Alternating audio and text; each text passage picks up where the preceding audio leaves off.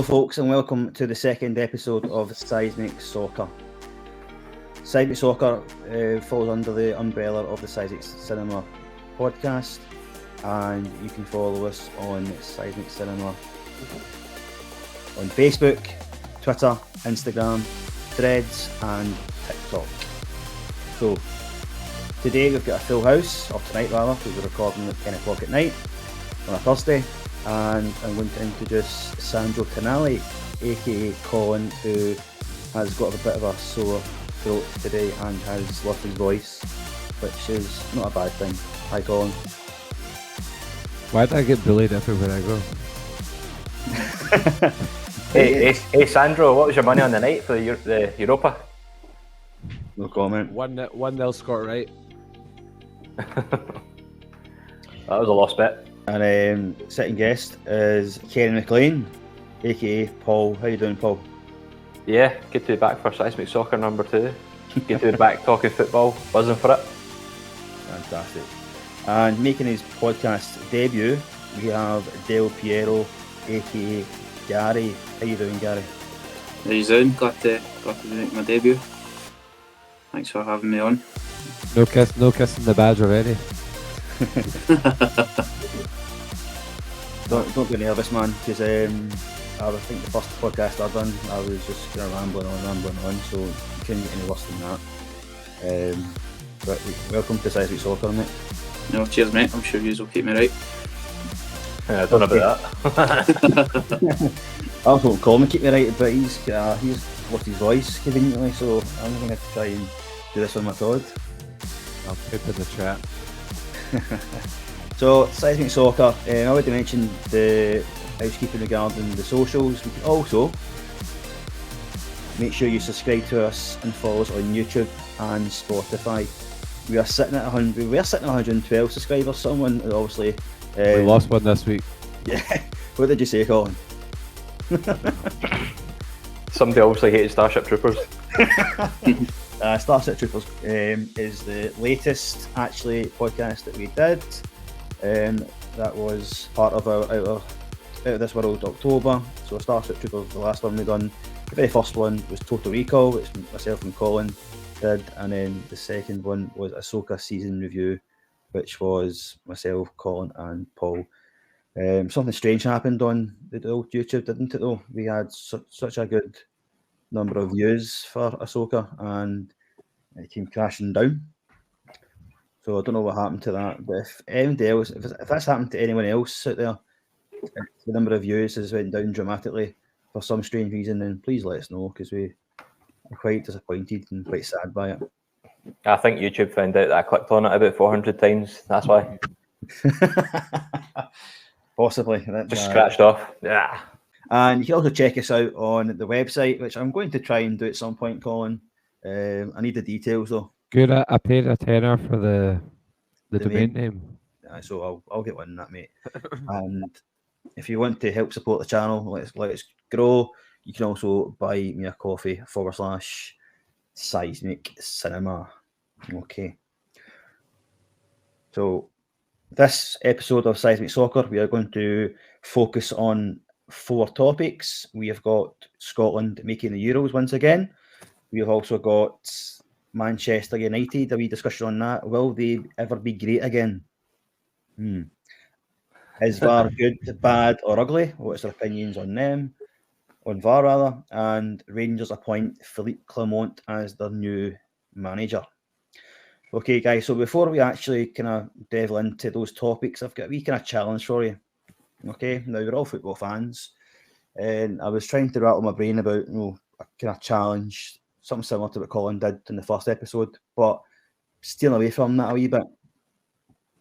I'm thinking about the worst challenges you have ever seen in a game of football. Now I realise I'm putting you on the spot here. I used to watch videos all the time. So I was at uni and I would do in my computing lab was just to watch pro wrestling videos and videos of people getting snapped. And so I'm putting the challenge out to you just now, guys. Is there any memorable challenge that that was a sore one? And I've got mine, and I'm going to screen share, so the people who are watching on YouTube or on Spotify will get the benefit of my tackle when I put it on. But I'll go to you, Paul, just now. Is there any memorable tackle, like a good challenge? I don't mean good challenge to win the ball. I'm talking about a challenge that's snap someone in half. Does it have to be a foul? No. Can it just be a crunching tackle that you really liked? Yeah, I don't mind that. Aye. We'll go with Paul first. I'm just going to go the obvious one because I can't think of anything else. Nigel de Jong.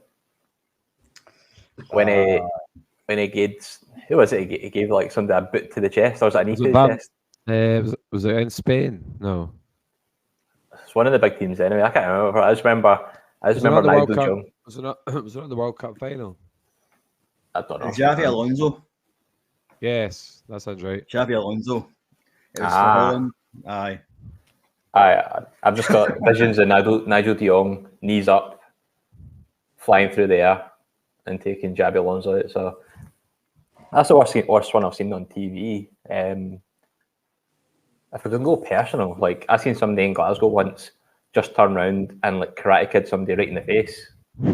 That's probably the worst challenge I've seen. But professionally, it was Nigel de Jong. That's a normal day in Glasgow, mate. It was. Face. You know what the worst thing was? He only got a yellow for it. Was that yellow? Aye. Referee seen it, got a yellow for it. Oh, this was like 4 reds.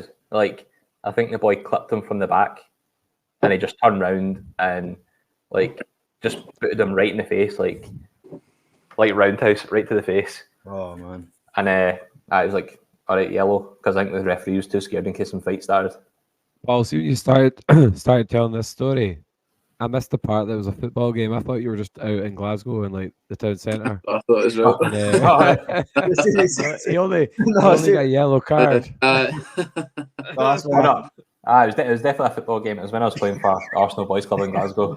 He didn't actually mention it was a football game, did he? Well, that's why I said it's a normal day in Glasgow. So that's then you realise something got a yellow card for it. All right, was that a football game? All right, I thought it was, Shettleston or something like that where I'm from. Do you know what I mean? That's what happens on a day-to-day basis. Del Piero, Gary, about yourself, what is your most memorable tackle? The obvious one is the Roy Keane on Haaland one that he later spoke about in his was it his autobiography or in an interview or something where I think Haaland had said to him in a game a few years previously that he was faking an injury, and then he sort of had his card marked after that and just about broke the guy's leg in two. So yeah, that's probably the one that sprang to mind when you said it, just because just how bad a tackle it was, but also the intent behind it as well. There was no mistake about it that he was trying to injure him. So yeah, that was probably an all-time classic leg breaker. He was left in no uncertain terms that he was going to hurt him. Yeah. That was one of the ones I've actually got in the back burner in case anyone didn't mention it as a kind of wee nod to it. Colin, yourself. See these newbies, Gary just stole mine. It maybe wasn't really a foul, but I can't remember if it was. I think it was Robbie Keane when he was playing for Celtic, and he played at Ibrox, and Alan Hutton he didn't foul him, but he absolutely just smashed him, and I think Robbie Keane didn't fancy it thereafter. Was it Kevin Thompson? Was it Kevin Thompson? It might have been actually. Yeah, I think I remember that. Yeah. And the other one, although I don't think he actually meant it, was a Kamar Roof's one on the goalkeeper. Like it was the last season. Like Red Kelly for it. Aye, he didn't really mean it, I don't think, but it was quite bad. There's also that one back from the whatever decade it was. Was it the German goalkeeper? Oh, Schumacher. Aye. You ever seen that one? I've seen that one. Aye. Yeah. Aye. My one was from is Claudia Caniggia, and it's a game in the World Cup or something like that. And I've got the YouTube clip here. I want to play it for you. So the folk who are watching it on YouTube and Spotify will get the benefit of this. But the Cameroon players were just snapping them every opportunity they get. I just remember this because this is one of the ones I was like, oof, they're going for him here. And then the tackle they got him at the end, the guy's shoe came off and things like that. So I'm going to share my screen with you here. Let's hope this works. This is a bold strategy. I hope it pays off for him. God. Check us out, buddy. Check us out. There we go. Right, so Cameroon had a very simple tactic for progression to the quarterfinals in 1990. Stop Claudio Caniggia. they just fouled him all the time. And it's a tactic they employed with total dedication. This is it here, man.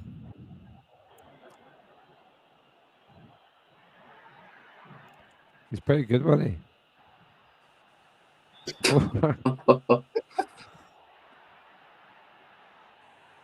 So the guy lost his true. I think he got red carded for that as well. So that was one of the ones. It's not the most dirtiest tackle, certainly, but it was one of the ones that I thought they were just trying to snap him all game. I just like to look at innocence at the end when he's just like, what? I missed it by a wee bit. Just a tackle to the chest. It's fine. He's still breathing. The other one I want to give a mention to as well is Graham Souness on the Hibs player. Don't worry, I'm not going to bore you to tears on that one, but he basically snapped the boy in half, and it should have been a red card and get a yellow card for it. So I don't know. Game. I think it might have been his first game. Yeah. But if you don't know it, then check it out, man. It's an absolute belter of a tackle. Actually, can I go, oof, I went at it because it's a stone wall red card even back then, but he only got booked for it. And even the commentator goes, that's a booking. I don't know. I think you'll think that's a red card. Anyway, so that was the wee side challenge. So thanks for your answers, guys. If anyone else out there who wants to comment on their favourites, was that the right word? Memorable challenge, tackle, snap, get people getting snapped, then please let us know on YouTube, Twitter, and any other socials. Okay, Did you see that one recently with Marcelo? Was it Marcelo? He used to play for Real Madrid. When he tried to do the spin and he broke the guy's leg almost in half. Oh, that was nasty. Just when we're thinking about it. Ugh. Our next one could be best leg breaks. This is going down a dark path, man. She's still got Starship Trooper's name. No, it's Sandro Tonali today. Right, so let's go into the main chunk of the episode then. So first topic is Scotland making the Euros once again, and I think it was only right for you guys to give me your thoughts and opinions and comments on Scotland making the Euros. So, Kerry McLean, Mr. Scotland, the tracksuit top one. You want to take it away from here? We're off to Germany. Well, not me personally, because I can't afford it, but somebody's off to Germany. Scotland qualified for back-to-back Euros, didn't he? Do it through the back door like we did the last time round. We actually done it on our own merit, with 2 games to spare, which is absolutely unheard of for a Scotland team. Usually by this point we are chasing miracles or we need some outlandish permutations to go through. So it's quite refreshing to be home and dry with 2 games to spare. The only thing holding us back from winning the group is an Aaron Hickey slip against Spain in the last game, which was a bit gutting. Is that the only thing? Well, we'll get to that later on. That kind of sprays into the other topics. But we started off the campaign absolutely fantastic. 5 wins out of 5. The first, it could have started off pretty cagey. So it started off 3-0 win against Cyprus. Looks bog standard, but it was actually 1-0 for ages until Big McSauce came on and scored 2 to make it a bit more comfortable. And then next game was 2-0 versus Spain. Big McSauce coming up with the goods again, 2 goals. I think before the campaign started off, he'd only scored 1 goal. And after the Spain game, I think he'd scored 4 goals in like 90 plus minutes because it only came on at the end of the Cyprus game. And then I think it was in the Norway game, which we were pretty bog standard for 80 minutes.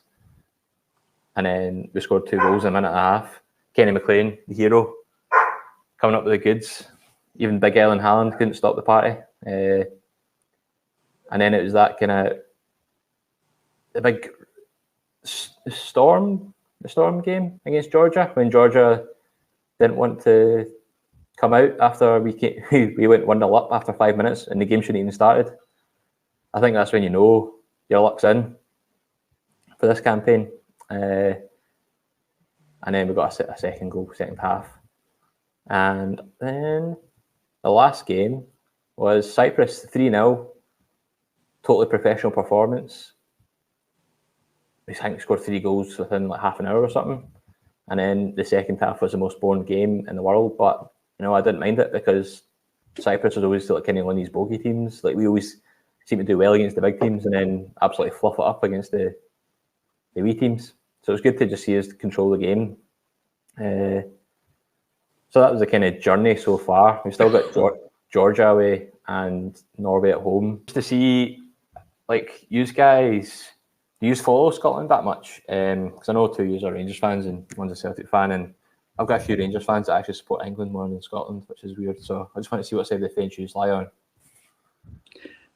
I always watch the Scotland games if I can. Yeah, so not been at Hampden in a while, but for a game. But yeah, no, I'm my national team Scotland. I would never nothing different. So yeah, no, I think it's been brilliant the way we've played so far. I think it's a Scotland team that's reliable for once. Like you said, that Cyprus game is one that we probably would have slipped up in, or a game like that in the past. And it's been brilliant. So I'm delighted. I know. What about you, Colin? I know when we were younger, I used to watch all the Scotland games that together. I have fallen out of it a wee bit, but it's not that I don't support them. Like, I absolutely love the Euros. The Czech Republic game was a bit of a damp squib. We watched that in the school, and it was a bit of an anticlimax. But I absolutely love the Scotland-England game, and I've got a lot of great memories over the years. I think with this campaign, I think it's maybe I've just not watched enough of them, just with being busy with different things. So I feel like I'm maybe just lacking that wee bit of connection to this squad that maybe you have. But when the kind of Euros roll around, I think I will get in the spirit of it. It's not like I don't want to watch them. I just sometimes don't manage to watch them, and maybe just falling out of it a wee bit like that. But yeah, I don't support England. I do support Scotland. I don't know. I don't feel like I've got a big connection to the squad. Maybe to like the ones of the past. Like I've got great memories, like James McFadden and Darren Fletcher, that kind of era. So I maybe just need to refine that connection again. Yeah. And it just happens every game I watch is rubbish. Like I watched the Spain game and the France game, but I think I missed the first Spain game. So I think a lot of the time I just watch the wrong games. Yeah. See, I've been quite lucky because, I've actually not been to a game. I'm just an armchair fan, really. But I've never. I think the only time I was really going to go to a game, I think my girlfriend's going to get me tickets for the Denmark game at Hampden, and it was the end of the campaign. I was like, we won't turn up, we'll get pumped. And it was like one of our best results, and I was pretty gutted, but it was my own fault because I was like, nah, it's fine. I don't want that. But yeah, I go up to either my dad's or my brother's, and we'll sit there together and watch it. We'll put our Scotland tops on, and we'll watch the game. So it's quite a family thing for us. So that's why I quite enjoy it. Sure. Yeah. What about you, Jamesy boy? Do you follow Scotland that much? Nah, I don't really follow any international football. I just don't have time for it. Like it's just for me. I like to sit here and say that I would watch them. I watched the Euros purely because, like Colin, we watched it in class. The whole of the curriculum, went to a standstill, and we watched Scotland get beat. And then I just set a tone. But even before that, I went to a Scotland game with my dad once at Celtic Park. It was, Kevin Gallagher scored a goal. I can't even remember who it was against now. But my dad was a pure passionate Scotland fan. But for me, I just can't get into it. I don't have the same, I don't know what it is. Enthusiasm. Enthusiasm. That's what it is. For me, my team's Rangers. Do you know what I mean? And I just kind of get excited about the Scotland national team. I was going to kid on to you that I support all the home nations, including England, but no, I don't even then. But I like you, Paul. I've got a few Rangers fans, mates or Rangers fans rather, who I've got the whole, the full England kit and all that sort of stuff. Do you know what I mean? Which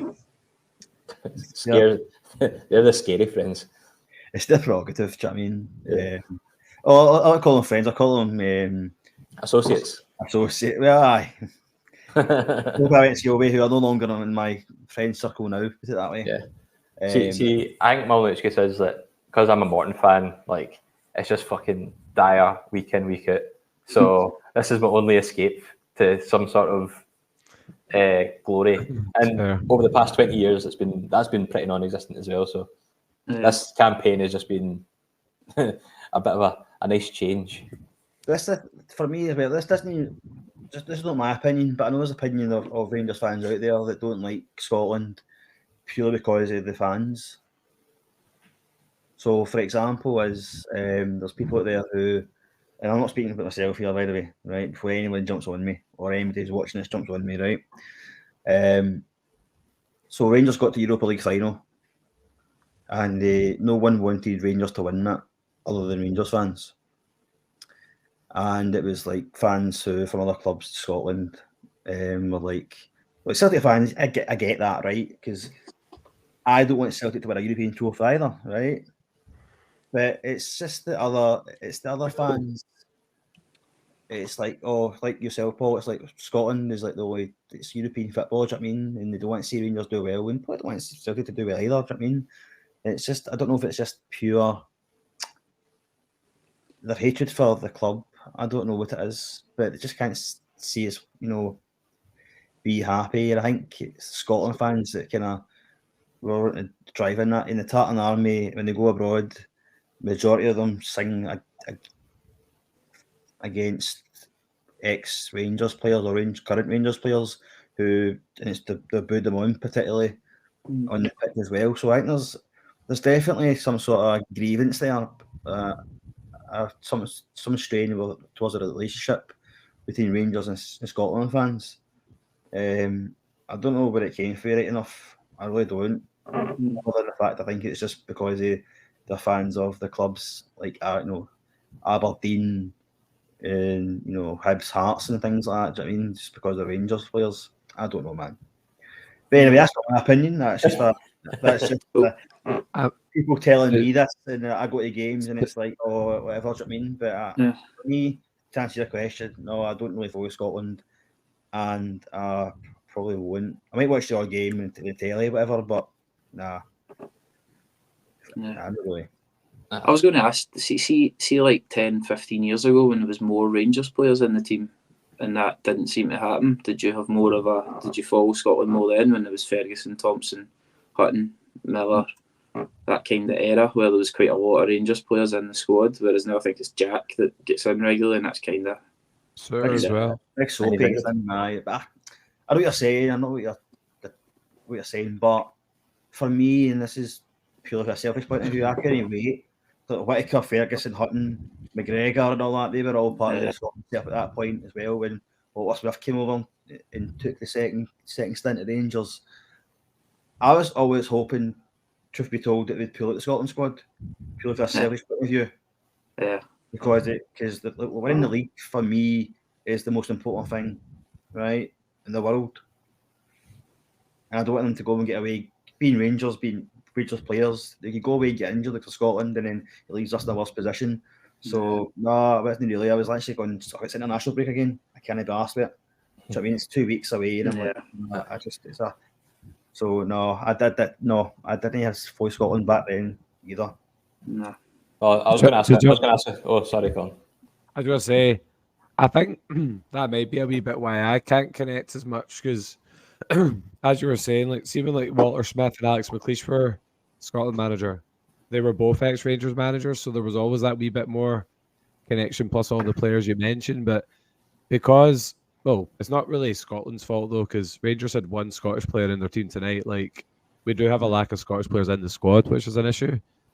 But it is kind of hard to like cheer on Callum McGregor and Kieran Tierney and co. Like it kind of does go against a wee bit like the norm. Do you know what I mean? These guys who. But I suppose that's what Gary's saying as well, though, because if they were the players back then, they were regular Rangers players in the Scotland squad, they probably would have stopped Gary from supporting Scotland. Do you know what I mean? Well, you say that, but it didn't. It didn't really. See, I remember, was it the group that was Walter Smith or no? McLeish was the manager, and I think we have to beat Italy to beat to get through it. It was like Ukraine, France, Italy. It was like a group you'd expect us to have not and I think we came really close. And I think they scored from a dodgy free kick. Yeah. Galby's house was like a last minute header. Was it Perrotta that scored or something? Yeah, that's right. Yeah, that's what it was. Yeah. I can remember. Yeah. And I think Ferguson scored the first goal for Scotland, and I remember like celebrating. He did. Me and Neilfie watched the Galby's, didn't we? Mm-hmm. I remember that game so clearly, and I was like, so gutted at the end of the night. I remember being out of town actually that day because it was a 3 o'clock kickoff on Saturday. It was pissing it rain, and every pub and club in Sauchiehall Hall Street was rammed. It was like ticket only. It was like Scotland are going to win this, and they're going to, you know what I mean? And then it was such a anticlimax. You know what I mean? Mm-hmm. But well, I was going to ask, but I think I know the answer because I asked Colin this on another pod a couple of months ago. It was like, would you rather see your club team win the Champions League, or would you rather see Scotland win the World Cup? Club team win the Champions League, Rangers to win the Champions League all day long. That's what I said. That's what Colin said. What about you, Gary? My head's kind of saying like, oh, how good that we Scotland win the World Cup. But if I'm brutally honest with myself, I think Celtic winning the Champions League would be. It is a head and a heart thing because it's easy for me to say Scotland win the World Cup because that is more realistic than an Arab sheikh coming in and like making Morton the best team in the world. You know what I mean? That's not happening anytime soon in my lifetime. So Scotland win the World Cup is more plausible than that happening. So that's my reality I live in. I don't think Rangers and Celtic have much a chance of winning the Champions League in our lifetime either, to be fair. So Paul, yes. So I was going to say, so what's your thoughts and opinions then about Scotland in the Euros then? Do you think they're going to do well? Do you think they'll get out the group? I don't really know what the format is this year with the Euros, so I don't know the format either, but I think the evolution of this team, I think we need to be aiming to get out the group now. I know the last 3 results we've lost against the kind of elite teams, but like fair enough, England blew us away, but we're trying something different with our tactics and formation. Spain, we lost 2-0, but that game turned on a VAR decision, which we'll get to probably in the next couple of segments, because that was very close to being another upset. And the France game, it was very hard to tell because we put out a very weakened team. We played a lot of the guys that have been loyal to the squad. Plus, we've got a lot of injuries now, like Andy Robertson, Kieran Tierney, Aaron Hickey. That's like a lot of your fullbacks missing in one go, and they're top quality players.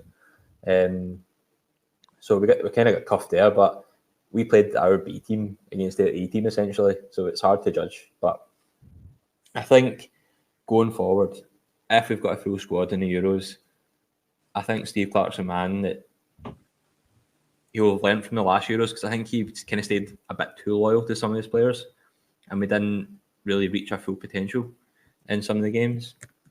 But I think he'll have learned from that, and we now have a game plan of how we want to play against different nations. So like the kind of top tier, we can play against the Spains of this world and frustrate them. And Gary disappeared. Hi Gary. We can frustrate them. We might not win the game, but I think we can put on a good show at least. And then the kind of our level teams, I think we can take care of. I think. Like, I know we didn't do too great against Norway away, but I think that was kind of weird conditions. Like it was just so hot, and I think everyone was just really drained. It was that kind of mid-season point, end of season kind of point. But we managed to contain like the likes of Haaland, and Scotland is going to win Euros. In my mind, Haaland and Odegaard, we kind of contained them pretty comfortably. Like we only let in 3 goals this campaign so far. So 6 matches. When was the last time you've seen Scotland play 6 matches and only concede 3 goals? We usually conceded that in 1 game. And one was a penalty. One was a slip from Aaron Hickey in like the last minute. And one was a good header by Morata, to be fair. But so like I'm pretty confident going into it that we can make some strides and maybe get out of the group. But I wouldn't set my sights any higher than that, to be fair. I think they've got to do better than last year. I think they underachieved, but I do agree that they were still learning. Do you know what I mean? And they were just kind of. But they've been learning for so long. They had the experience now. They've got good players in there. They played in the highest level, majority of them. Do you know what I mean, in the Premier League. So yeah, and they're all good ages as well. It's like Scotland's golden age, isn't it? Aye, so, I would say so. But I think as well, because it's the Euros, because the last one was like COVID era, the stadiums were in that full. Plus, it didn't feel like a Euros because we're like playing Hampden and Wembley. It was just like we're still in Britain. You know what I mean?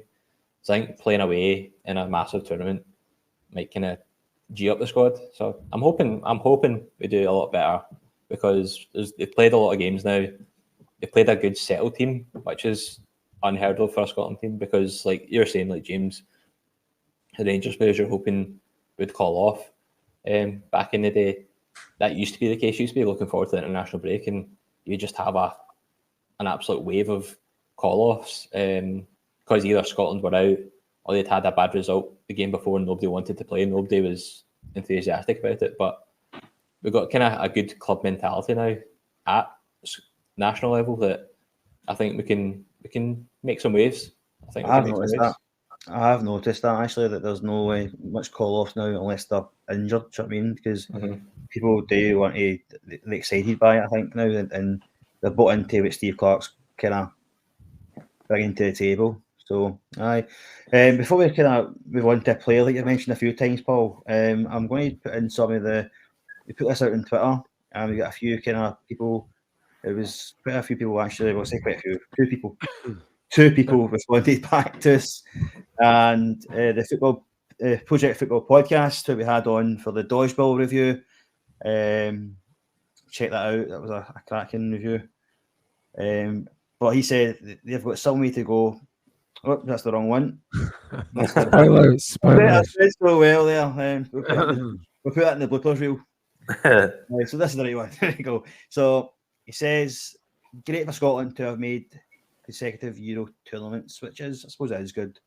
They go through the back door in the first one, but they've went through and merit 2 games to spare, Paul, like you say. Do you know what I mean? So it's pretty decent. Craig from What's the Script? He doesn't care. So he's probably in the same boat as myself and Colin. Well, not so much Colin. Me. He doesn't mince his words, does he? No. I'm going to hazard a guess that he's a Rangers fan also. So I think he is a Rangers fan actually, but I understand where he's coming from. Do you know what I mean? It's I don't know. It's like Marmite into it in national duty. It's like you love it, you hate it, and Craig and I seem to hate it. Okay, so you mentioned a player, Paul. You said McSauce. Now, can you tell me where this comes from, McSauce? I didn't know that either, to be fair. I don't know. I just call him McSauce. I just see it on Twitter all the time, Big McSauce, and I'm like, I Skull. thought this was a well-known thing. I was like, okay, so Is Tomini a type of sauce? I don't know. What, big tomato ketchup? I don't know. But he has been some player this qualification campaign. I think he's got the same amount of goals as Erling Haaland. I know Haaland missed 2 games at the start, but still, for a boy that plays centre mid for Man United, doesn't get a game and gets slated every week on Twitter. He scored a few goals for United the last few weeks, is that? He's like top. Is he not top scorer for Man United this season with 3 goals or something like that? Something crazy, and he's only played like 10, 2 full games or something like that. Something mental. But I scored 6 goals in this campaign. I think it was so far, and he's been absolutely standing. He's playing a more advanced role, and love him to bits. So that was actually Alex McLeish who brought him in. So Alex McLeish, he managed to get him to play for Scotland, you know, and then that was probably Alex McLeish's only thing that he'd done for Scotland in his second stint. So he brought in McSauce. I could be wrong, but that leads us into the next segment then of Manchester United, where McTominay has had a bit of form for Scotland, but seems to have kind of fallen out of favour at Manchester United, but maybe back in. I don't know. So the next segment is, will Manchester United be great again? And Colin, you wanted to take this away? Do you like Man United, James? Do I like Manchester United? Actually, I don't like them. Are we going to find out later why not? Well, I'll tell you the reasons why. I think it's time to tell you. I think, am I safe in saying we all watched the Beckham documentary? Yeah. So, I'm not particularly fast on Man United nowadays. I actually prefer Arsenal, but I don't know. Just that Man United team of Beckham, etc. It reminds me of like my favorite. Like, I think we all admit like late 90s, early 2000s is like kind of peak football. And that may just be bias at our age, but would you agree that those are really fond memories for you guys, like late 90s, early 2000s? And I think a big thing, like, I just find Sir Alex like fascinating. Like, I've read his book and everything, and I've just recently finished Stephen Bartlett off Dragon's Den that does the Diary of a CEO podcast. Yeah. He wrote a book based off his podcast where he kind of summarized all the kind of lessons about life and business. And there's quite a few chapters devoted to Ferguson, and I just find his whole approach fascinating. There was a story Evra told in the book, and it was in his opinion, he played his best ever game away to Spurs. He came in at half time, and Alex Ferguson kept looking at him, and Evra just looked back at him, and then Ferguson just went nuts at him, like saying like, "You're awful, like get your finger out." And he went in to see Ferguson the next week, and he was like laughing, joking, smiling, whistling, and he's like, "Why did you talk to me like that?" He's like, "Oh, don't worry about it. You were the best player in the park." And then everyone was just like, "Oh." He just did that as a warning to everyone else because apparently Ronaldo had been doing too many stepovers. He was at that kind of stage.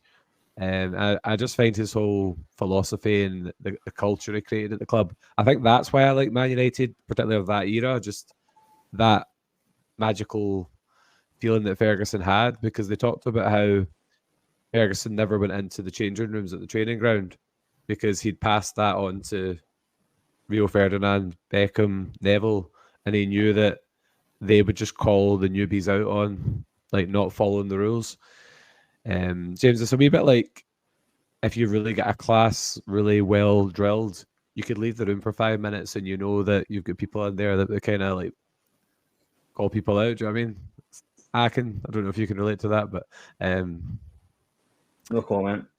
No. What do you make, like, James? You can have your say as well, but I don't know. I'm really just fascinated by it as like a case study of leadership, to be honest. Like, and just a lot of the great memories. So, Paul, what do you think? Do Do you know much about like Ferguson's philosophies and like how he kind of ran the ship? Well, like you're talking about the discipline and stuff like that. I watched the Amazon documentary that he did, and he is a fascinating guy. And like you see all the players that talk about him, and everyone admires him. He's kind of regarded as one of the best managers about. But I was saying like, "Oh, Man United be great again." I think that's one of their issues just now is the lack of discipline. I don't know if Ten Hag's got that Ferguson in him, because like there's obviously the stuff going on with Sancho in the background. Harry Maguire, all that stuff's been quite public as well. And yeah, Anthony as well. Yeah. And Greenwood. So there's been a lot of off the field issues to deal with, which you never really got in the Ferguson era, other than Beckham getting a boot to the head.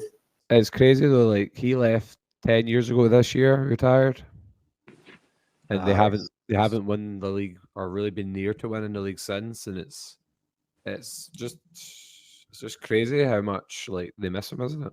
I mean, they got to the Europa League final, didn't they? So they managed to. So Mourinho took them, won the Europa League with them.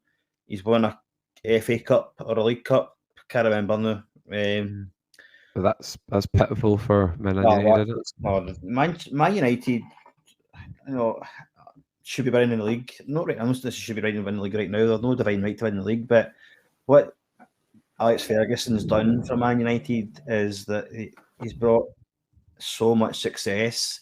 It's became expectation. Do you know what I mean? So Man United and fans have to get to the point, if be realistic here and go, you know what, we're not going to win the league for another 10, 20 years. Let's be honest here. Paul said they've got massive issues in the back. There's lack of discipline. Possibly mixed with the current social issues, I think, because being a footballer nowadays is a lot different from being a footballer from when Alex Ferguson was the manager. Do you know what I mean? There's no social media. If you watch the Beckham documentary, they say that quite a lot. They talk about there's no social media. It was all done through papers and tabloids and stuff like that. Where, I mean, it was so easy to. It's so easy now, is what I mean, to say something wrong, or to say something to the wrong journalist, or to say something to the wrong pundit. It's just so easy. And I don't think Manchester United have found an answer in Eric Ten Hag, to be honest with you. I don't know who the answer is. I thought Mourinho would have been the answer, but no, he's kind of fell into that lull of the same way that David Moyes was, and Louis van Gaal. Do you know what I mean? You need to get Guardiola to cross the divide. Well, Man United spent a lot of money, didn't they, in the summer too? They bought Anthony, and they've got Sancho, who's going to be out the door shortly by the sounds of it. And then they get Harry Maguire there. Jeez, what can you do with Maguire? Boy, he's an embarrassment. I mean, he did the right thing of sacking him with the captaincy, because he was never a captain. I think his favour's coming back in though, because he scored the winner last night. Well, I seen that actually on flash score on my phone. I was like, oh, he scored a goal when it was at the right end.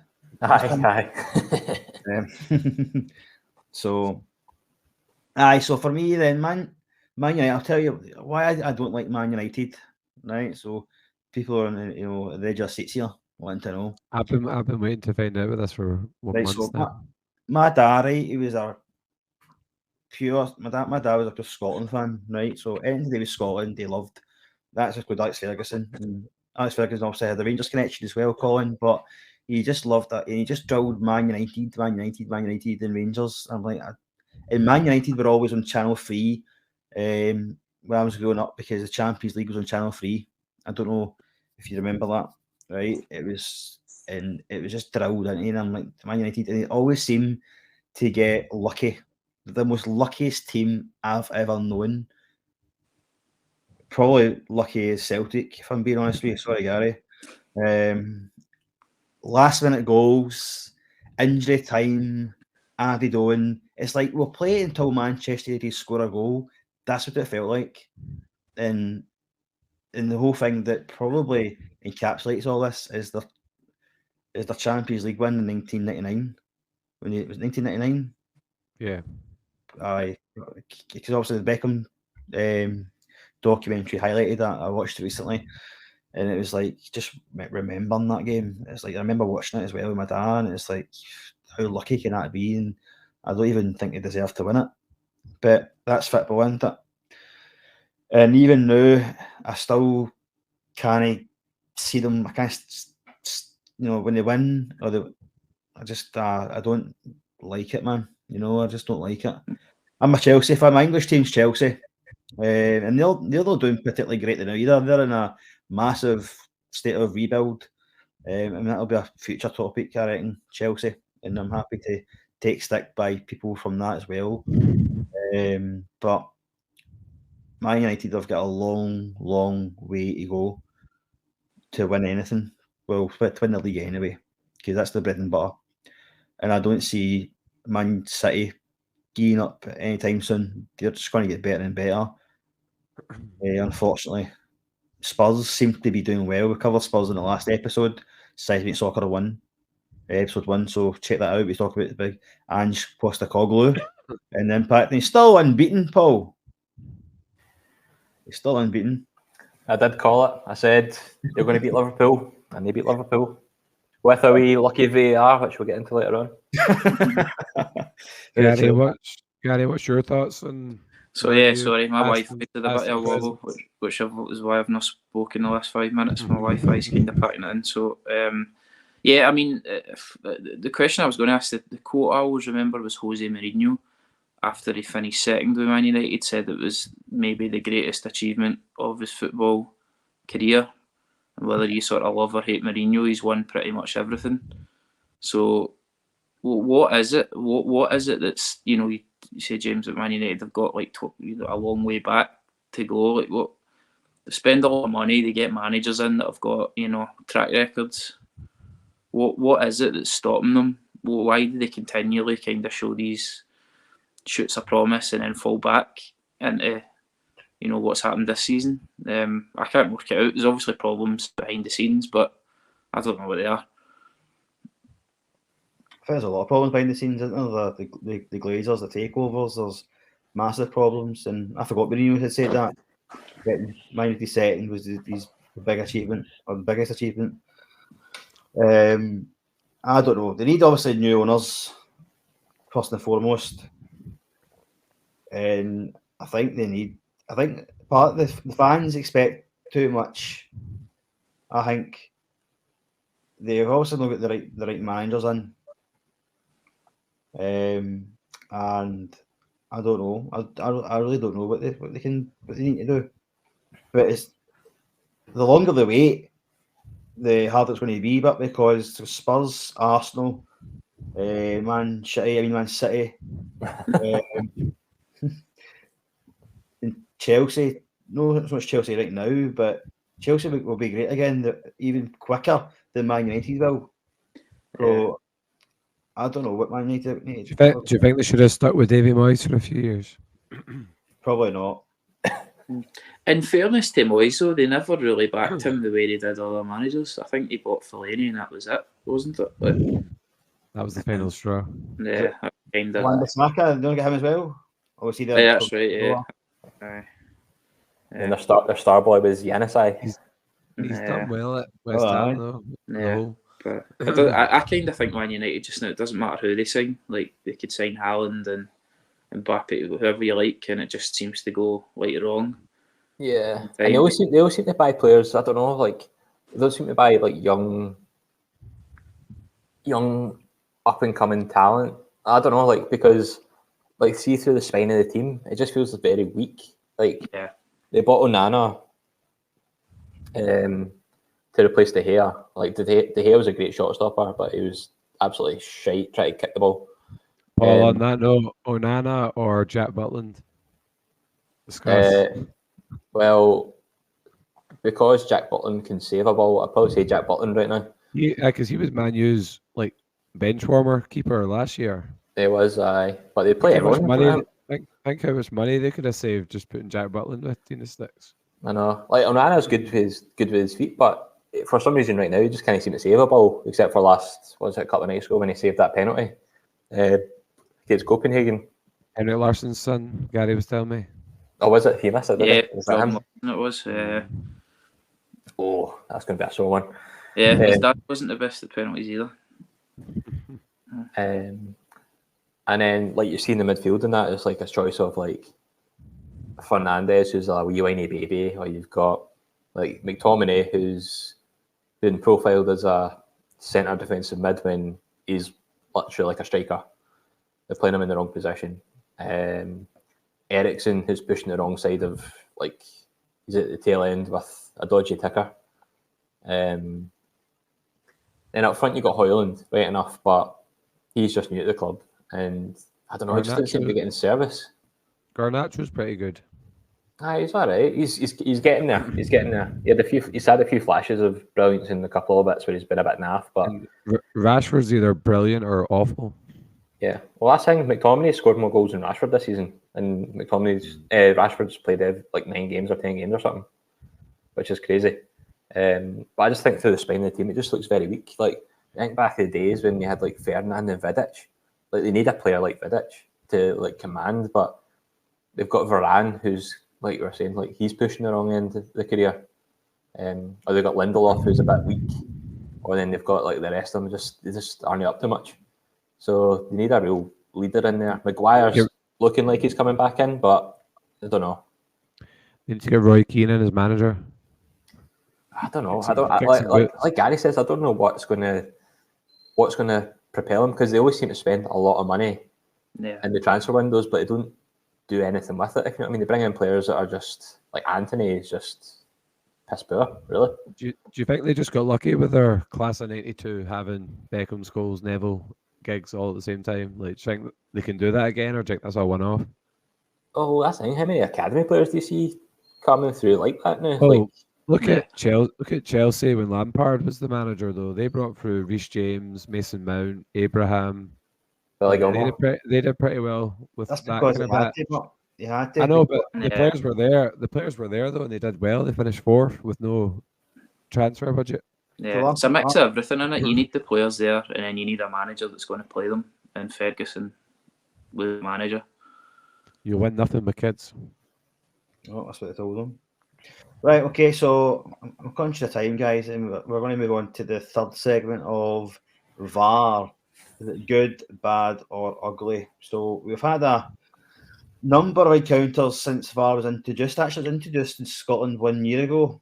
This week, because the first game in Scotland was Celtic Hearts, I think it was, at Tynecastle, and it was a bit of controversy at that. So it's been involved in Scotland for a year now, but it's been a bit of a nightmare across the whole board, I think. But Gary, are you wanting to take it away from here then? What is your opinion of VAR, and we can give our opinion thereafter?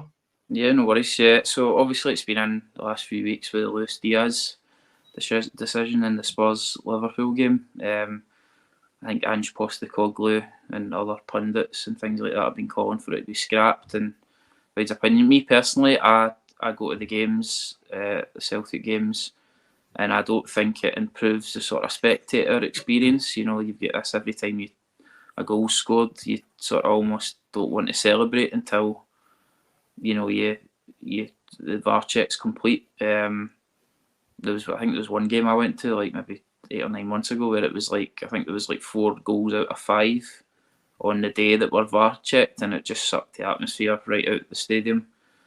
So I think that, you know, it's I don't think it improves football in terms of the excitement of, you know, in the stadium or when you're watching it, because it kind of takes away those sort of moments. But having said that, I do think that it's 2023 and you need technology to start to, like, you know, the game's faster than it's ever been, and now I think that referees need a bit of help. So I think in that sense, I think using technology is the right thing to do, but I don't personally think that it's working well so far. I don't think it's been applied right. I don't think the rules of the game have probably kept pace with it.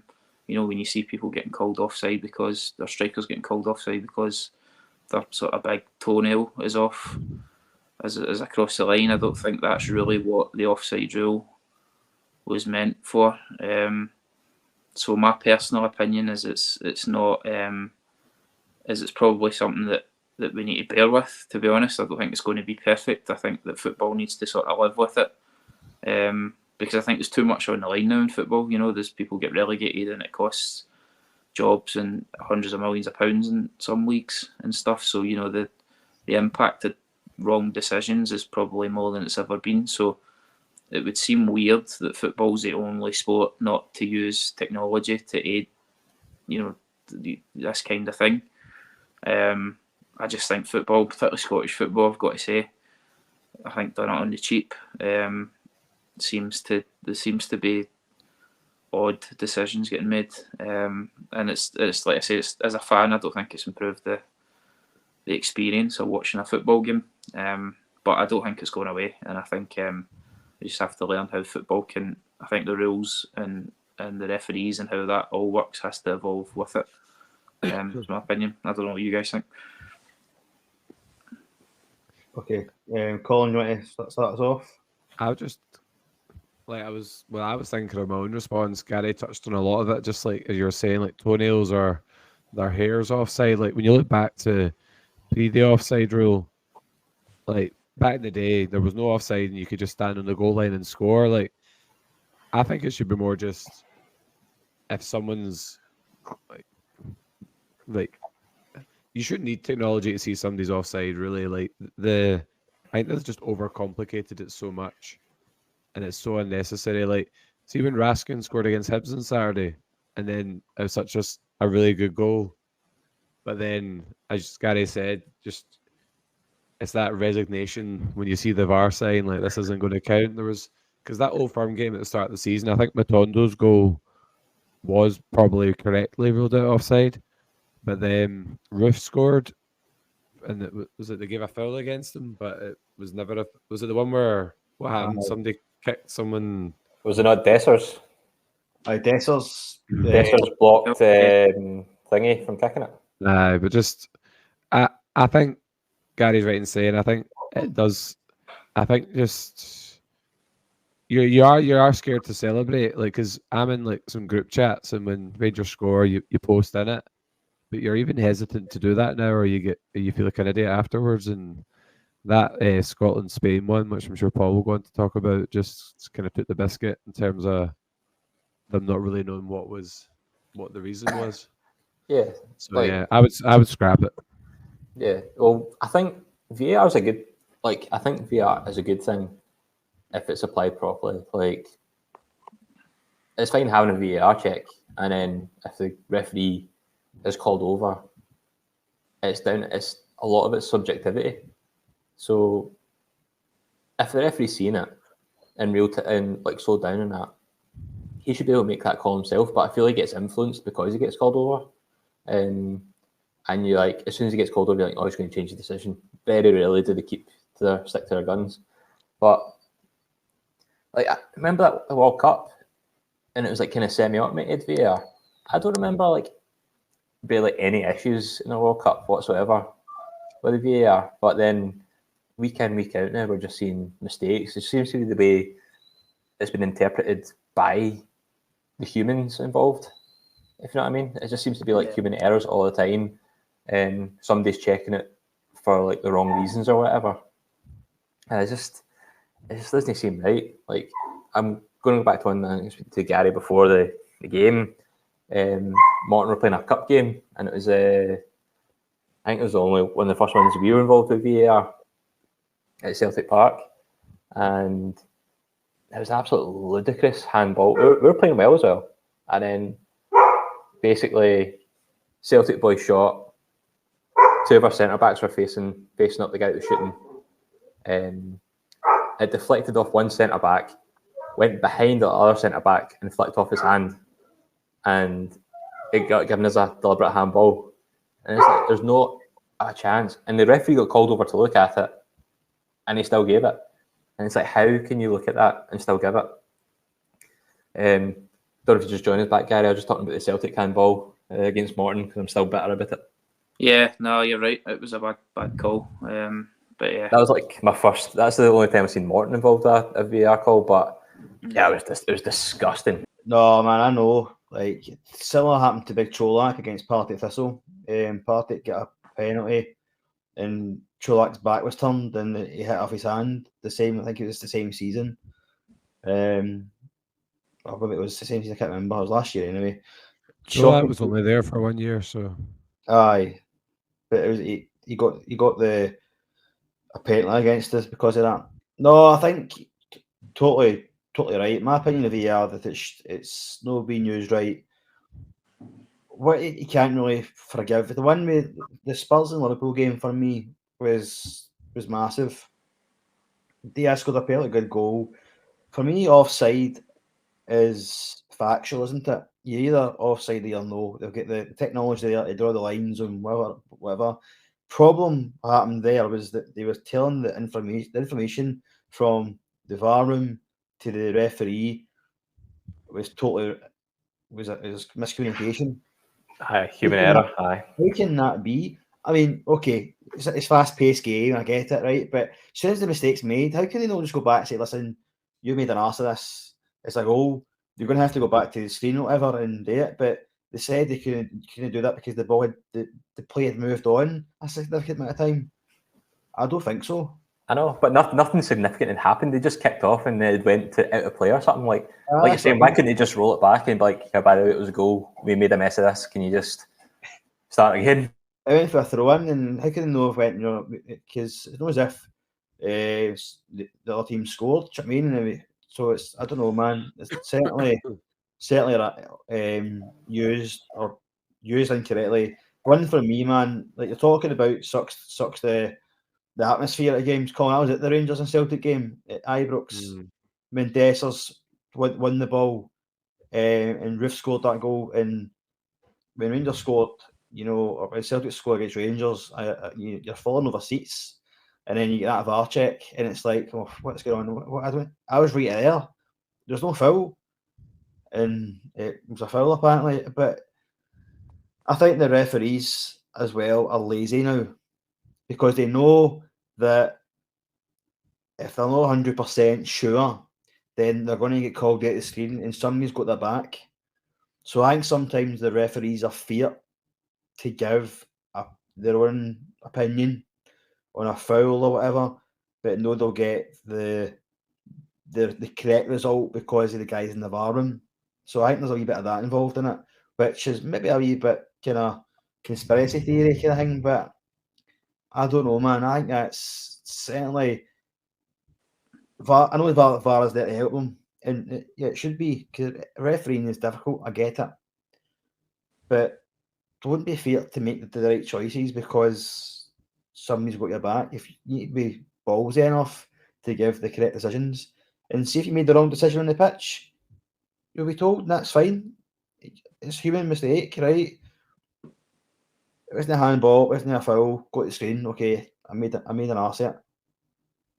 But don't not give a foul because you think it's not a foul.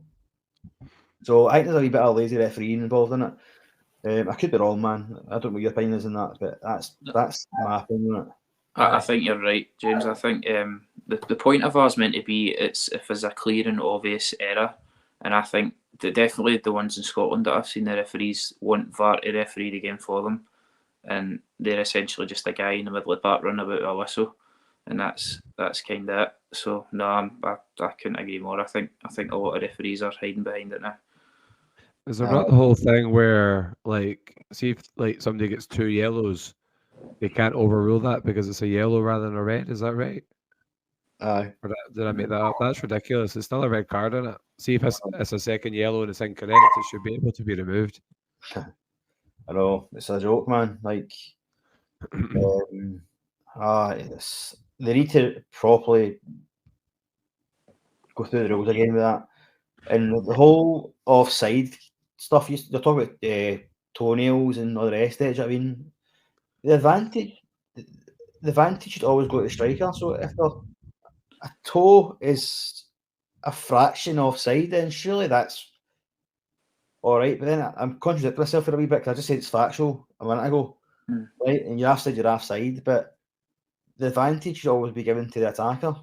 Do you know what I mean? That's the way it's always been. 100%. That's stuff that the human eye wouldn't see before. So you can't take a rule that was made however many years ago and put that kind of technology on it, and it works. I think it's got to change. You've got to give the benefit to the attacker. I think all the rules need. You can't take rules that have been around for decades and introduce this into the mix and expect it to work together. I just don't think it works. Aye.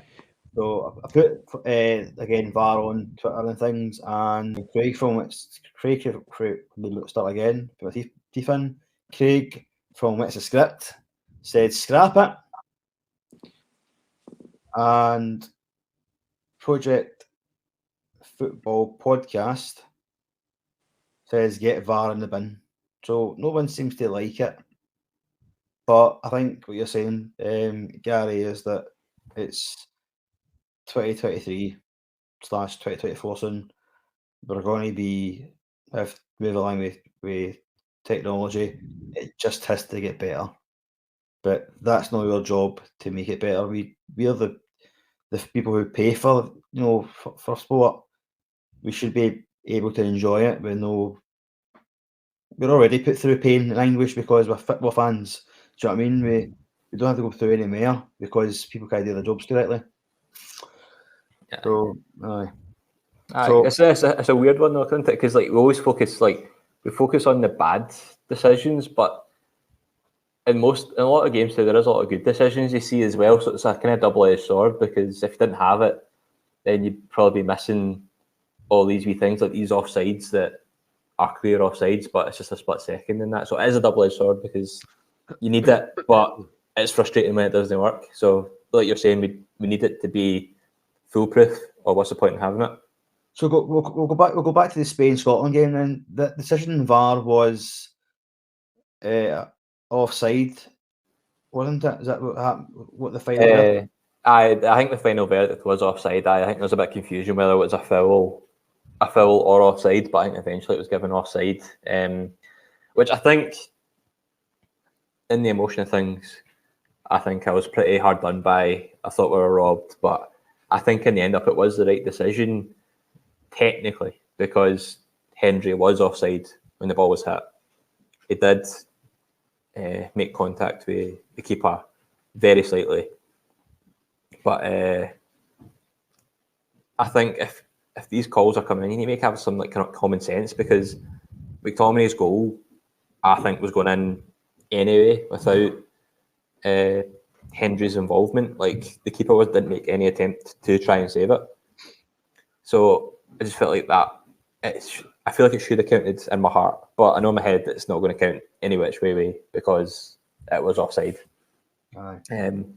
But it's like one of these things. If somebody hits a 40-yard screamer, but there's somebody coming in from an offside position, is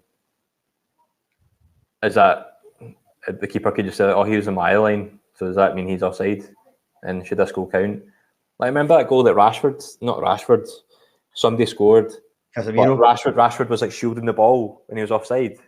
Was no Casemiro called it though? Was something like that? Was it? I remember the game. Aye. And somebody passed the ball through and Rashford was offside, but he shielded it and didn't touch it, and then another person ran through and scored. Aye. It's I don't understand how these rules. That's a human. I think that's a human factor coming into it. How they've interpreted it. Aye, subjectivity, and like you say, man, it's not subjective. Yeah. So that referee against Scotland he had a shocker, didn't he? He had a shocker. Anyway. Overall, he did. Aye. There's so many decisions went against us that night. It was unreal. McGinn got wiped out in the edge of the box by Laporte, who is a dirty big bastard, by the way. Dirty bastard. He's just shoulder barges people in the back and then the side and that, and it's like, oh, I did nothing. And he's French as well. I don't know. I did that in a weird German accent. I did nothing. It's Cameron. It's Cameron. No, I mean he plays for Spain, but he is French. Like, I don't even know if there's any relatives there. He just decided he wanted to play for Spain. Do you have the Wikipedia page at hand, Colin? What's that? Do you have the Wikipedia page at hand? Maybe. Aye. Both the Spain centre backs were French born. But he had a shocker. He had that. We were getting yellow cards for absolutely nothing. Spain players were just moaning about everything. It was a horrible game. The referee was just terrible. But what can you do? It's one of those things. So the referee was called over the monitor that game, and another referee could have went, no, nah, Henry didn't do it, and Ryan there and gave the goal. Do you know what I mean? So suppose because he was offside, the question was he was definitely offside, but was he impeding the goalkeeper? So another referee could have easily have gave that a go to Scotland. Do you know what I mean? But I think if it was a Scottish referee in the top flight in one of these, like St Johnstone versus like Motherwell, they'd probably like, it's fine. Doesn't really matter. But because it's like a Spain on the international stage, it's like, oh well, we can't give Scotland a goal. Well, don't remember the fact that it was National Spain Day as well. Oh, was it? Well, there we go then. So conspiracy confirmed. Right, okay. So we'll move on then to the last segment, and the last segment is Rangers appoint Philippe Clement, the Belgian ex-player, now manager, is now the manager of Rangers Football Club. So this is my segment. I'll introduce this, and we'll get some thoughts from the rest of you. I know some of you might not care. Colin might, at least, anyway. So Rangers have been playing poorly for the vast majority since pre-season, and I think the Rangers don't have any identity to their play. I think Michael Beale, who was the manager at the time, had already ran a race. He'd never won a meaningful game against Celtic in the year before. I would have beaten Hibs and Hearts and the Aberdeens the last season, but beating Celtic, if you can't beat Celtic, you can't be Rangers manager, and that was the dilemma he found himself in. So Michael Beale had to go. In my opinion, he had to go straight after the Celtic game, because losing to Celtic, who had no team, pretty much, a makeshift back line, and we'd never really tested them. And a packed Ibrox with no Celtic fans there, and we didn't even test them really. And that just confirmed that the identity of the team wasn't there. Either because Michael Beale was making things too complicated with his formations because he thinks he's a master tactician, or possibly the players didn't buy into any of what he's selling, essentially, and he had to go. So Philippe Clement is now the Rangers manager. He was previously the manager of Genk, Club Brugge, and he had a brief stint at Monaco that didn't really work out for him there. He's a Belgian manager, and he's got quite a good pedigree. I think he's won the 3 Colin Sporting's Belgium top. Colin, did you say that the Belgian nickname the Red Devils? Aye. Well? Aye. Oh, My voice is going now. it's Luckily, contagious. hopefully I don't sound like Chris from It's a Script. Get well soon, Chris. Get well soon.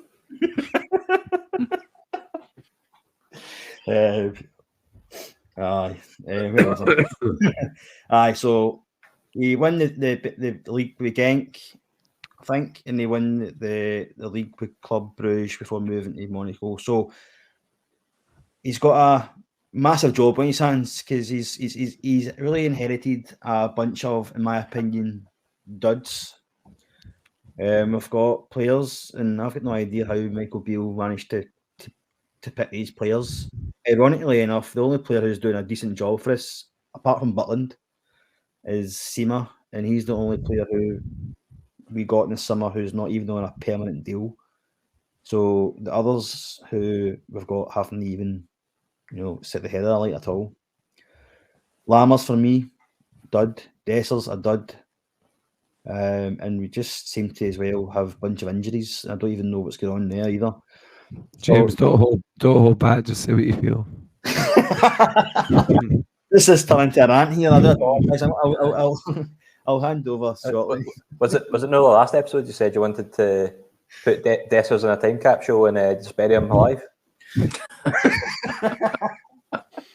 I did say that, and I still stand by it. Aye, so he's got a big job in his hands. Does Philippe Clement, and against Hibs on Saturday, I seen good signs of improvement. There was none of this kind of horseshoe football that we did. There was the kind of more urgency going towards goal, trying to score more goals. Hibs get away with a 4-0. Should have been 5 or 6 in my opinion. Players just looked up for it. Tonight, as we record, it was after the Sparta Pride game, a good draw. Could have won a game, but also could have lost a game.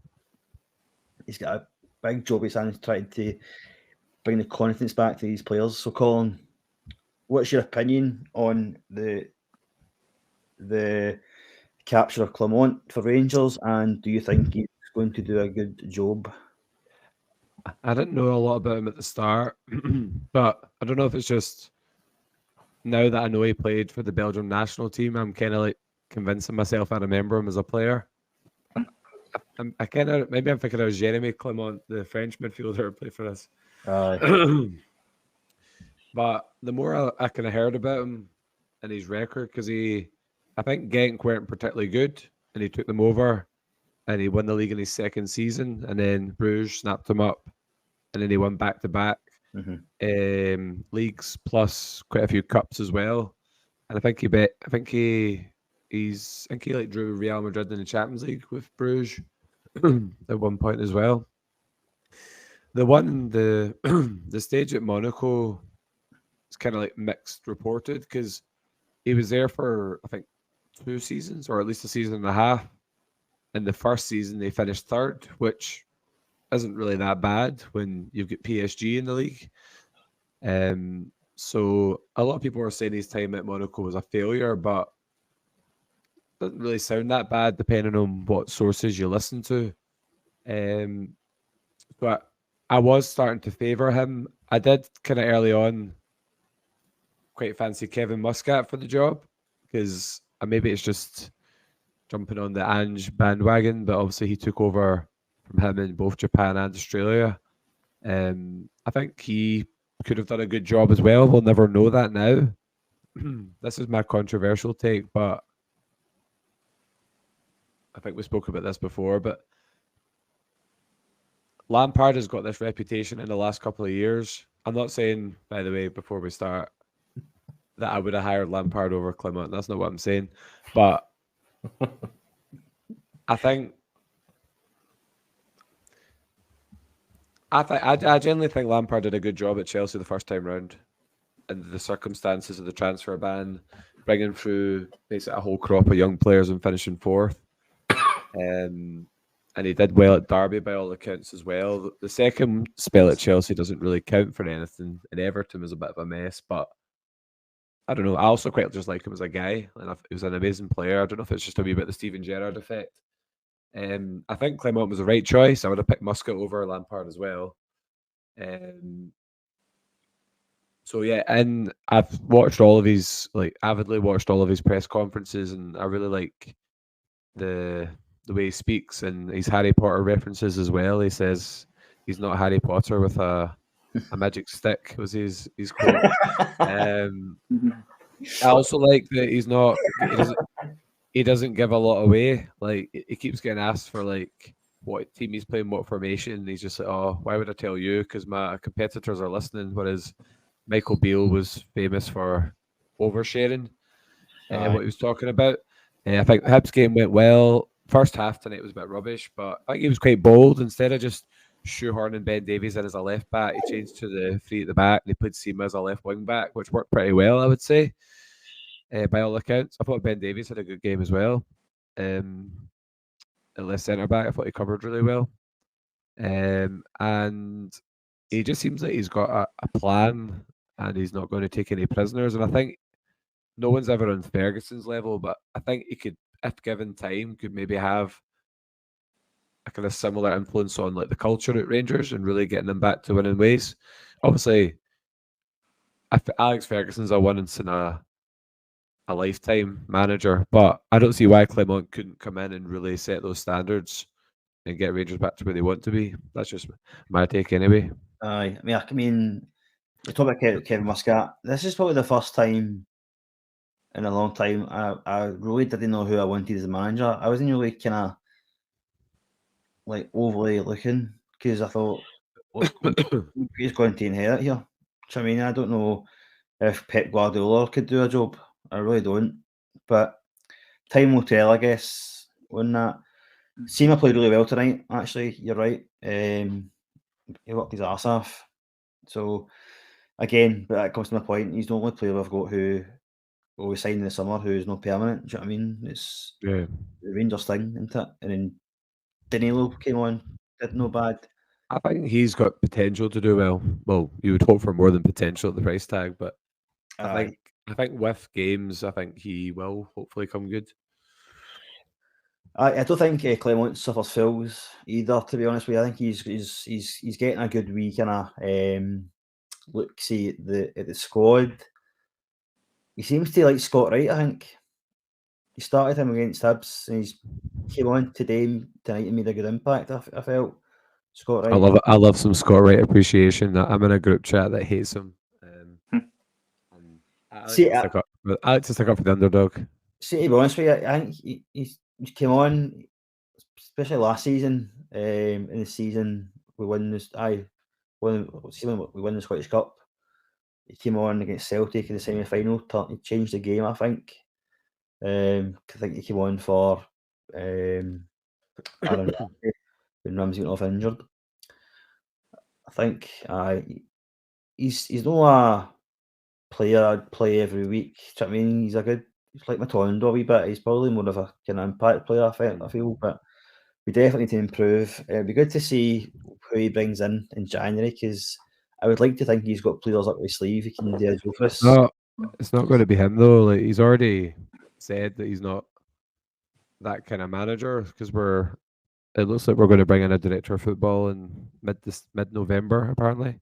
So I think he's got a bit more hands off with the transfers than maybe Beale was. Aye. And before this turns into Colin, before this turns into a Rangers podcast, I do want to introduce Paul into it as well, because I don't want to have Paul and Gary sitting there bored at this, because this could be a proper another hour talking about this. So Paul, I know you're a Martin fan, big Martin fan. You don't see European football much, or the likes of that sort of thing. So,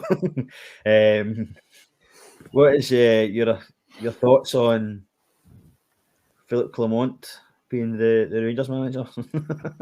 Well, after those comments, I hope he does shite. I hope he's get bumped.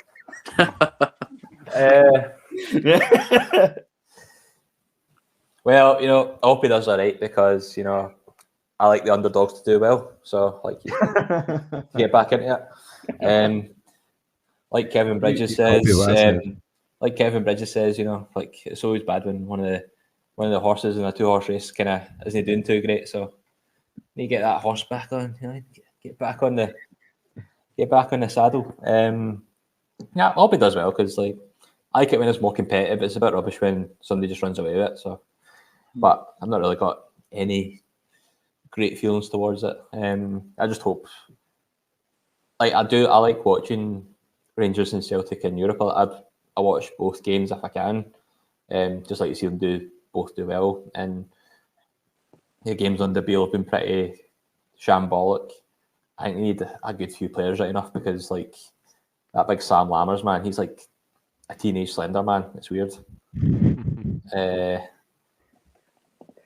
I think they need an overhaul again, because I think some of the players just don't look up for it or to the quality needed. Got a couple we could start with Raskin and kind of build off that, but he's already wanting to move away, isn't he? So it's kind of hard to. They not say that Rangers is a stepping stone. The Chelsea. Chelsea, aye. But who would you have appointed, Paul? Who have I appointed? Is it a manager and work her out of work, you think would have been a good fit? Christ, to be honest, I don't even know who's out there or who's available or not, I because quite fancied Graham Potter at the outset, but he wasn't really involved in the process. well, because they went to Brighton and he was at Brighton, and then since he's left, Brighton have been astronomically good. He He started the process, so went to Chelsea.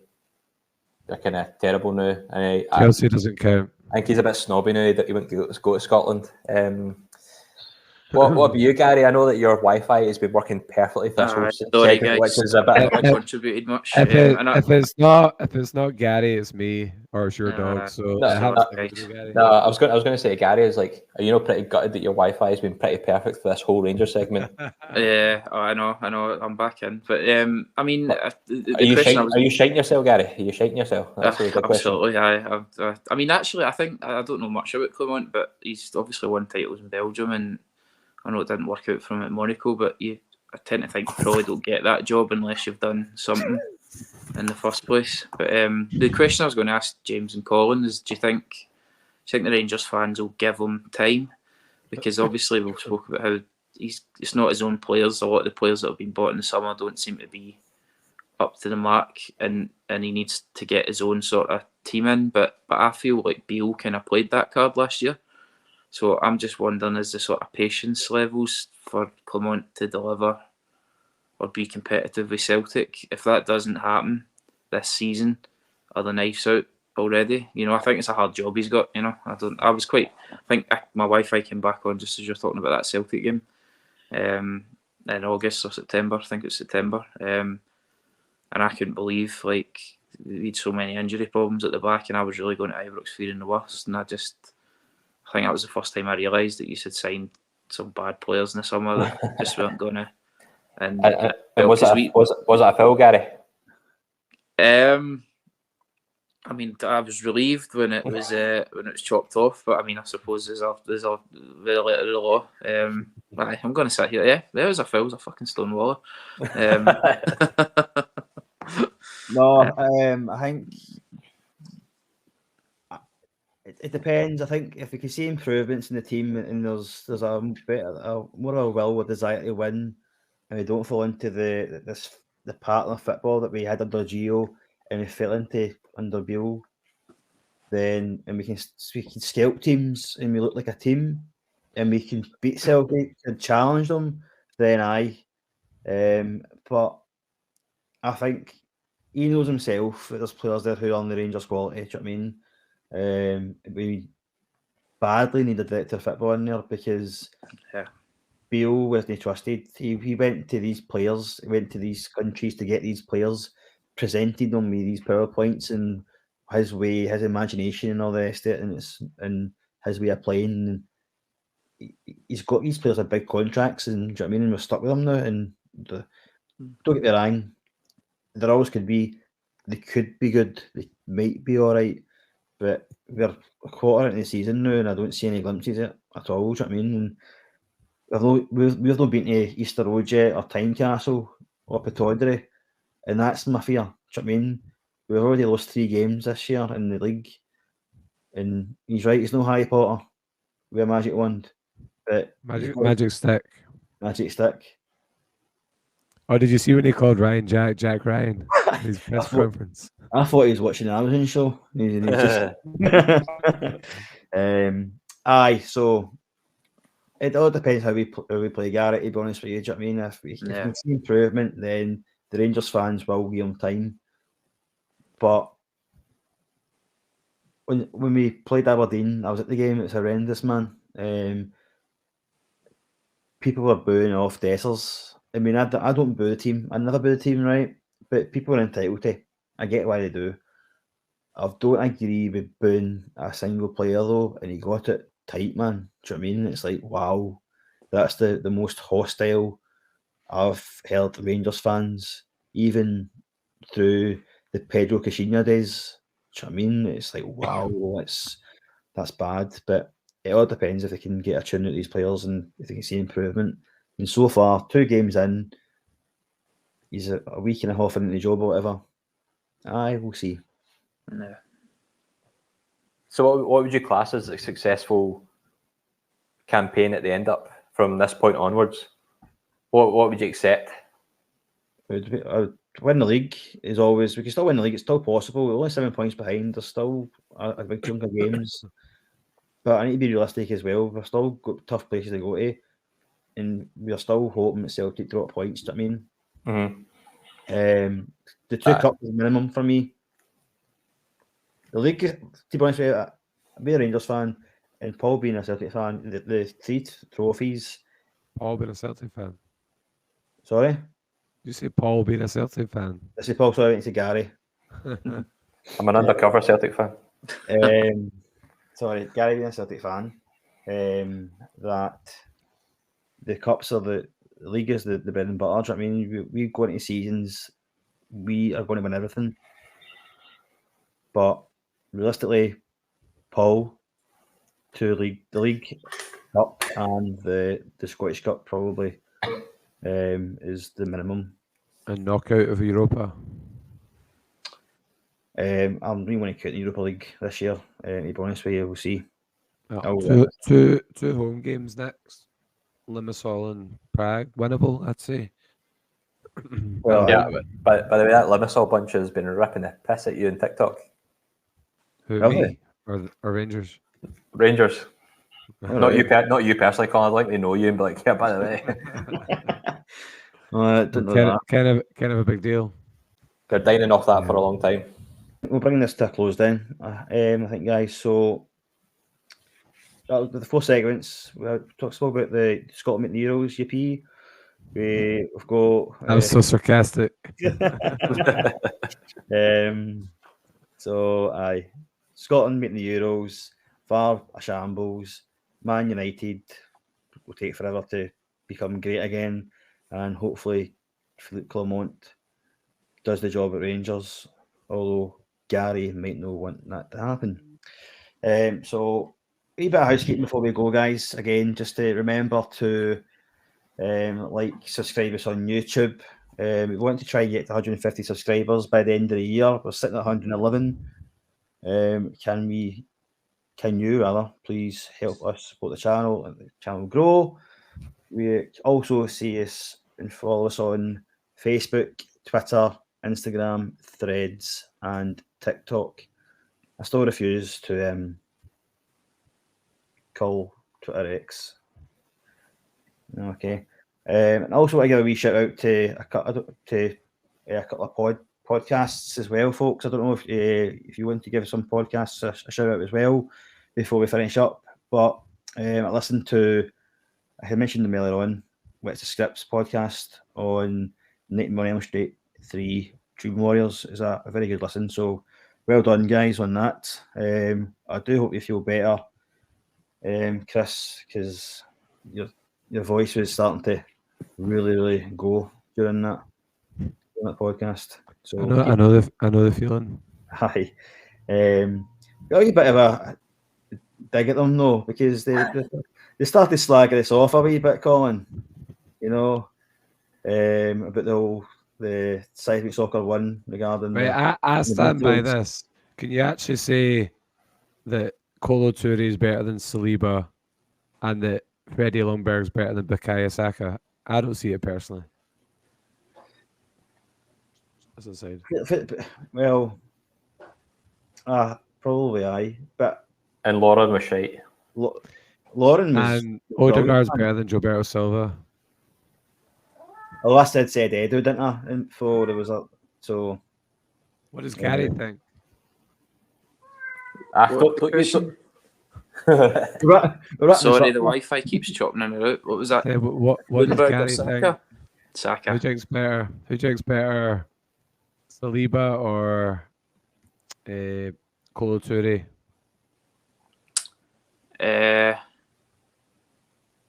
I've got to say Kolo Toure as a former team? Celtic player for however many games he played. He's a plan. Yeah. He's for Glasgow.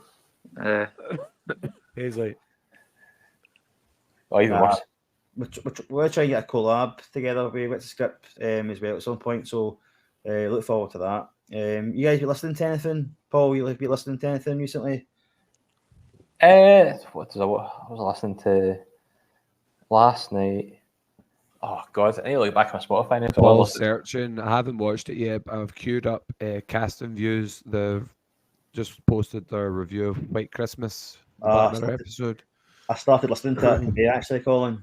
Yeah, so I've got that one. Like, I've kept the notification sitting there, so I remember to watch it. I was listening to Dissect That Film. They're doing Freddy versus Jason. Because I listened to Dream Warriors. I've not even seen Nightmare on Elm Street Dream Warriors, but I just like listening to Craig and Chris because they're so funny.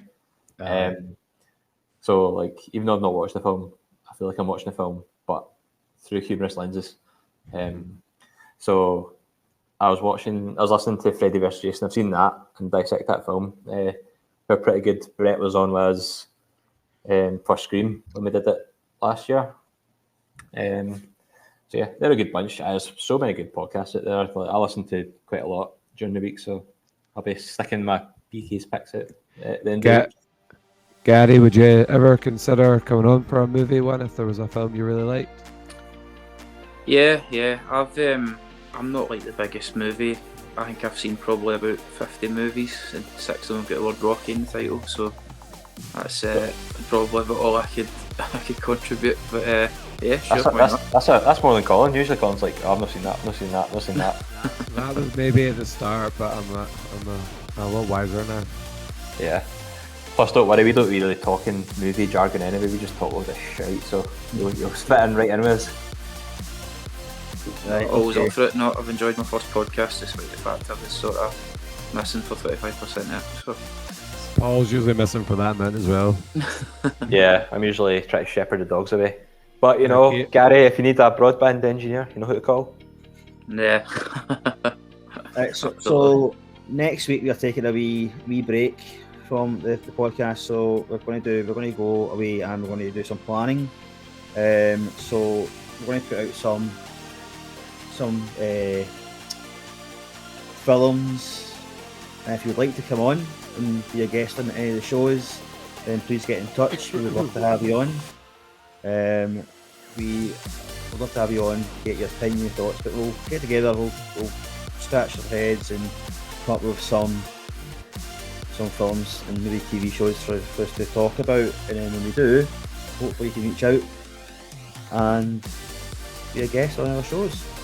And if people have any requests or recommendations for particular films or shows, then you send them in as well. Alright. So we will be missing for a week, guys, but don't worry, the wait won't be too long. We'll be back the week after with some quality content. I might have my voice back by then. Aye, because I'm not hosting again. Back to you. I think it's my turn next anyway. Aye. Gary's turn. Yeah. Once I get my Wi-Fi sorted, guys, absolutely. You can come over to Dunoon for a wee night. Sounds good. Sounds like fun. Right, so thanks very much, guys. Been a good chat, good talk today. Alright, so we are Seismic Soccer, and we're also Seismic Cinema, and we believe in the power of escapism. So, see you later, guys. Yep. Thanks for listening. Bye. Cheers. Cheers.